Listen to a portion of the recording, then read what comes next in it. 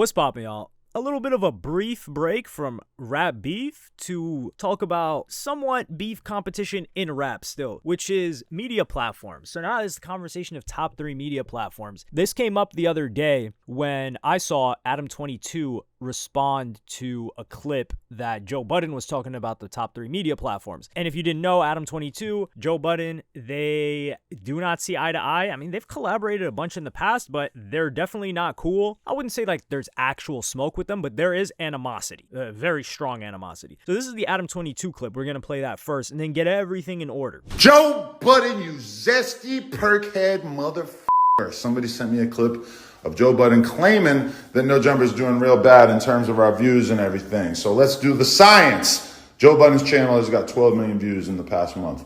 No Jumper's main channel plus our Clips channel has done about 26, 27 million views for the past month. So we are 2 times by far what you have going on. And on top of that, we kill it on Facebook. We kill it on Snapchat. We have 3 million followers on Instagram, and we make a huge amount of money on there. Joe Budden, I don't want to hear shit. You're running a chop shop.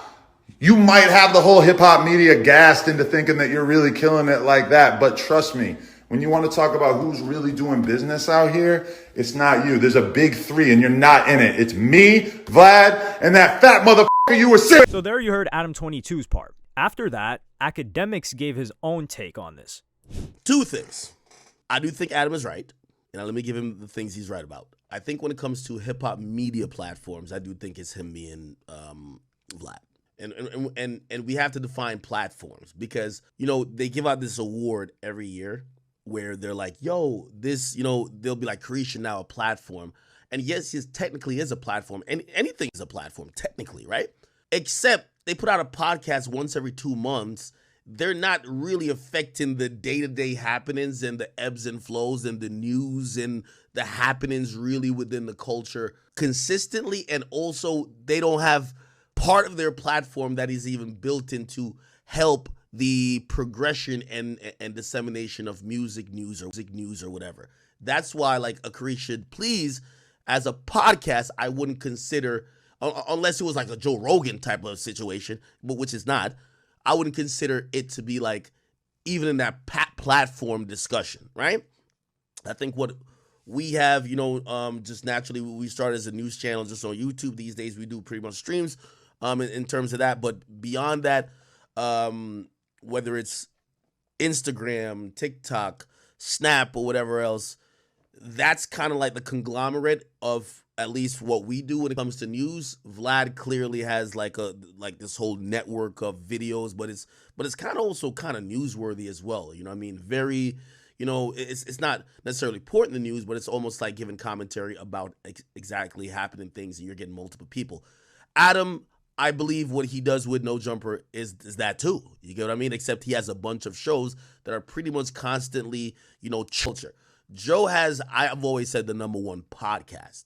Number 1 podcast that is in hip hop. It's not even close. But do I look at his podcast as a the hip hop media? It is a hip hop media platform, but do I look at it like, you know what I mean, that's like the premiere, that's where the culture is happening at? No. I think they're the first take or the So now you guys heard Academics' take. And then Adam22 even followed it up after Joe Budden replied and said, hate to break it to you, buddy, but there was never a hip-hop media big 3. And capitalize that H in hip-hop when you speak about it, white boy. And Adam22 says, Joe Budden checked Social Blade, realized he's not in the top 3, and deleted this. Sad day for the Joe Budden fans. Your leader does not stand on business. This is... before I give you my opinion, this is the last clip when Adam22 sent a DM to Drake, and Drake disagreed with Adam22's take. This is not how I wanted this to go. When I sent this message to Drake, I was hoping that his response would undermine Sleepy Joe Budden. After the 8 crying laughing emojis, he says, nah, you gotta give it to him over Vlad. He's name. So, for the record, Drake, the certified number 1 hip-hop artist of right now, the past 15 years. You can remove the word hip-hop from that sentence. just overall music Fair. artists. Yeah. Catch, I see we still ain't seen this. Check it out. The number one artist of our time, arguably the greatest hip hop career ever. And we could argue it till the cows Jay-Z, come home. but yeah, You gotta love Jay-Z. Yeah. Realistically, he was not hot as long as Drake has been hot. I don't think nobody did that. Probably not. Number one hip hop artist of all time, from my perspective, in terms of crafting an incredible career, his top three is Ack, Joe Budden, and No Jumper. He didn't actually clarify that, but he basically said that by saying you can't put Vlad in there. So we top three and not three. They all watch. So Drake pretty much said, hey, you got to have Joe Budden in that top three. And Adam22 took it as, okay, presumably it's still me and academics in there, which is a fine assumption to make. I think this is going to be a great conversation because on Twitter, I've been talking. Well, I made one small tweet. Twitter X, for those of you that follow me on there and watch, there's a bit of a different audience. You should follow me regardless. It's at the Mind of HY. But you guys can see the difference in how I tweet and how I talk on videos. It's slightly different. Tweets, you just got to adjust to different platforms. But this is where you're going to get like actual unfiltered, fully contextual thoughts and explanations for things. I'm just not going to do that on Twitter. Plus, I feel like we've cultivated an audience of people here that think a bit as opposed to just, I have to make an assumption or just jump to conclusions, which is more so Twitter. But I said there's difference between, we have to make some distinctions between platform and personality, right? So for example, ESPN is a sports platform. And a personality on that sports platform is Shannon Sharpe still on ESPN? At one point, Stephen A. Smith, I don't know if he still is. I'm not really huge into sports. I was one a very, very long time ago, but I don't really follow it too much. So don't hold me to no standard. You're not going to say Stephen A. Smith is the platform, but Stephen A. Smith does also have his own platform. So this is where we got to get into this conversation. I think when we talk about, and hate on it if you want, when we talk about being able to build up talent as a hip hop platform independently, nobody holds a candle to No Jumper and Adam22. And I say this as someone that hasn't really actively followed No Jumper for a really long time. I say this as someone that I don't like a lot of the stuff that they have on there, specifically like kind of like the X-rated stuff and a lot of those things. I don't vibe with that. But I have to say, the ability to repeatedly build up talent, put that talent on, and then do it again and again and again and again, it looks like you're pretty much kicked out of the game. You guys remember when he helped build up AD, T-Rel. Like, sure, people are going to say, man, T-Rel was known in LA. Come on, man. No Jumper put them on the map. So, and all of those, Duno, and then all of those people leave. They create an alliance to kind of destroy No Jumper. And then he builds it back up again from scratch with new people. And people care about these people so much that there are successful YouTube channels that get a ton of views talking about No Jumper characters and what's going on in No Jumper. That's how much attention is on it. That's the biggest platform,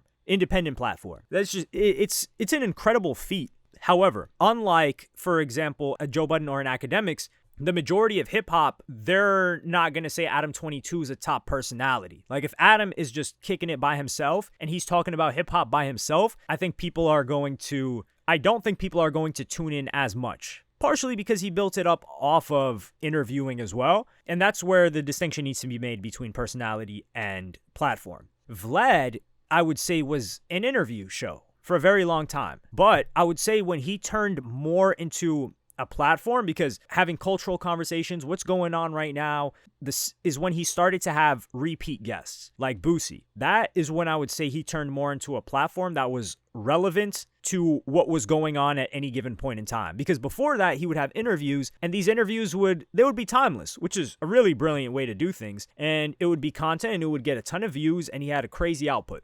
But it was kind of separate from what was going on in hip hop. And he would sometimes ask questions that were relative to what was going on. But it feels like Boosie is the guy on Vlad's show. There's probably a couple. If you guys remember, he had Godfrey. At one point, he had Lord Jamar. So he kind of put these guys on in terms of having opinions within the hip hop sphere. These guys were already on, but on social media, no, they weren't. They had a name, but he assisted them. And that's something that Vlad did very, very well. Vlad tried to have, what's his name again? The Chicago rapper. I know, damn, I don't know why his name escapes me off the top of my head. Rowdy Rebel. No, not Rowdy Rebel. Yeah, I'm tweaking. Rowdy Rebel is the Bobby Shmurda guy. It was Rico Reckless. I was thinking double R and just Rowdy Rebel came to mind. He tried to give him a podcast. That didn't really work well, and that was the time he tried to put someone else on. And he had that Shirley girl that didn't do too well. I think he still has someone else doing interviews for him. I haven't kept up with Vlad interviews for a while, even though I still pay him $5 a month to like get all the content and not have to watch it in parts. But hey, I look at it as doing a service, you know, showing love, I guess. But then you have academics. So for same thing with Vlad. Vlad doesn't run anything solo. So you could say Vlad is more of a platform, but if Vlad isn't there, it usually doesn't hit quite the same. Vlad kind of needs to be there. Adam22 is created to where he doesn't have to be there. Joe Budden does not have, well, you could say Joe Budden put Rory and Maul on and now they have their own thing. So I guess you can kind of give it to Joe Budden in that regard, but I'm not willing to say that's the same thing as No Jumper because that wasn't his intention. People are mainly there for Joe. Academics, if we're talking media personality, he's definitely number one in terms of numbers, in terms of, Drake gave him his song to drop and Rick Ross gave him his song to drop. There, you just can't compare at that point. However, academics as a platform, I think he's trying to build it. He had Troy Ave, which Troy Ave got locked up, but Troy Ave's podcast wasn't really doing numbers. It didn't really catch on. That whole like comment section thing where academics like Discord friends, they didn't really catch on. Lil Boom, I think he was trying to like help him out a little bit, but we all saw how that happened. I thought the premier candidate for something like that would have been Annoying TV. If you guys remember years ago, they used to have conversations together a ton about mainly like kind of like Lil Tecca and Drake and other rappers like that, and it used to be really entertaining. So I don't know why he didn't like focus on him first, because Annoying has his own audience as well. So academics is a platform when you think about like IG, all of the other stuff, but not in the same way that No Jumper is. And if academics isn't present for something, people don't care. It's kind of like Howard Stern, right? Is Howard Stern a platform or is he a massive radio personality? Then you have Joe Budden. Joe Budden is like, why is Joe Budden a podcast, but No Jumper isn't? Or Vlad isn't? I would say Vlad more so. That's where I kind of am a little bit confused where academics was coming with his explanation. But Joe Budden is definitely the premier one. I wouldn't say I'm glad that they didn't mention these people, but I like the train of thought that they're on when they didn't mention a Gillian Wallow or a, who's the other? What's the other? The one with Nori, Drink Champs. Because those are shows. I think those are shows more than hip-hop platforms. And one thing we got to give respect to most of the people on this list is they're not really trying to be friends with people. They're giving you their genuine opinion. So Joe Budden, he's not trying to be in the mix with any rappers, really. He's giving it up, his actual opinion, no holds barred, and that's what I think people love about him. Adam22 is kind of similar in that regard. He'll give his opinion to people he interviewed. He'll kind of like ask them questions to their face. Like, I think he was asking someone like, oh, well, like, why did you fall off or something like that, which is crazy. Adam22 will do that. Academics will do that depending on how close he is with the individual, but he was doing that for like forever before rappers kind of started reaching out to him. So when we're talking platforms, I think Say Cheese needs to be in the conversation. Maybe not mainstream, but as an interview platform, as Instagram, Say Cheese kills it on Instagram. Say Cheese has broken a lot of artists too. But Sean Cotton, definitely, he's not even up there with these guys. Actually, why wouldn't he be? Maybe because Sean Cotton doesn't give his opinion too much and he's just focused on the interviews, whereas Vlad has begun to give his opinion a lot more. If you ask me for top 3 platforms, are we counting like Revolt as a platform? Are we counting Complex? Complex at one point was a top platform. I would say No Jumper is definitely up there, even though I don't follow too much of what they got going on. And I would say No Jumper right now is really the only one that's holistically a platform. Like straight up, you can't knock it at all in that regard. I hope you guys are following where I'm going with this. And Vlad, I'm in agreement with Drake, actually. I think we can put Joe Budden, who I don't even really watch. I just see the clips here and there.